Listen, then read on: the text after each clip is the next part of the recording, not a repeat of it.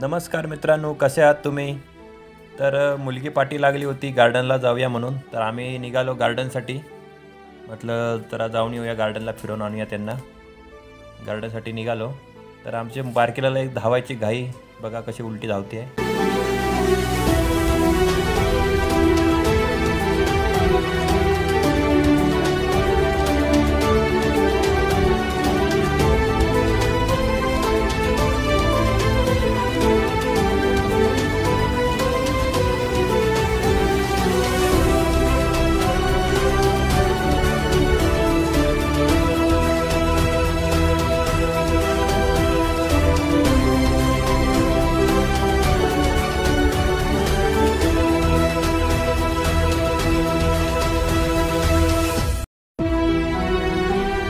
तर फिरता फिरता बघितलं तर कलावती झाडाची फुलं एवढी पडली होती झाडाखाली, मस्तपैकी दिसत होती.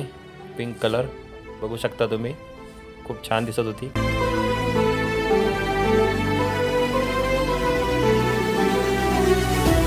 तर तुम्हाला हा ब्लॉग कसा वाटला नक्की सांगा. आणि आम्ही आता मजा करून चाललो आहे घरी. धन्यवाद, थँक्यू.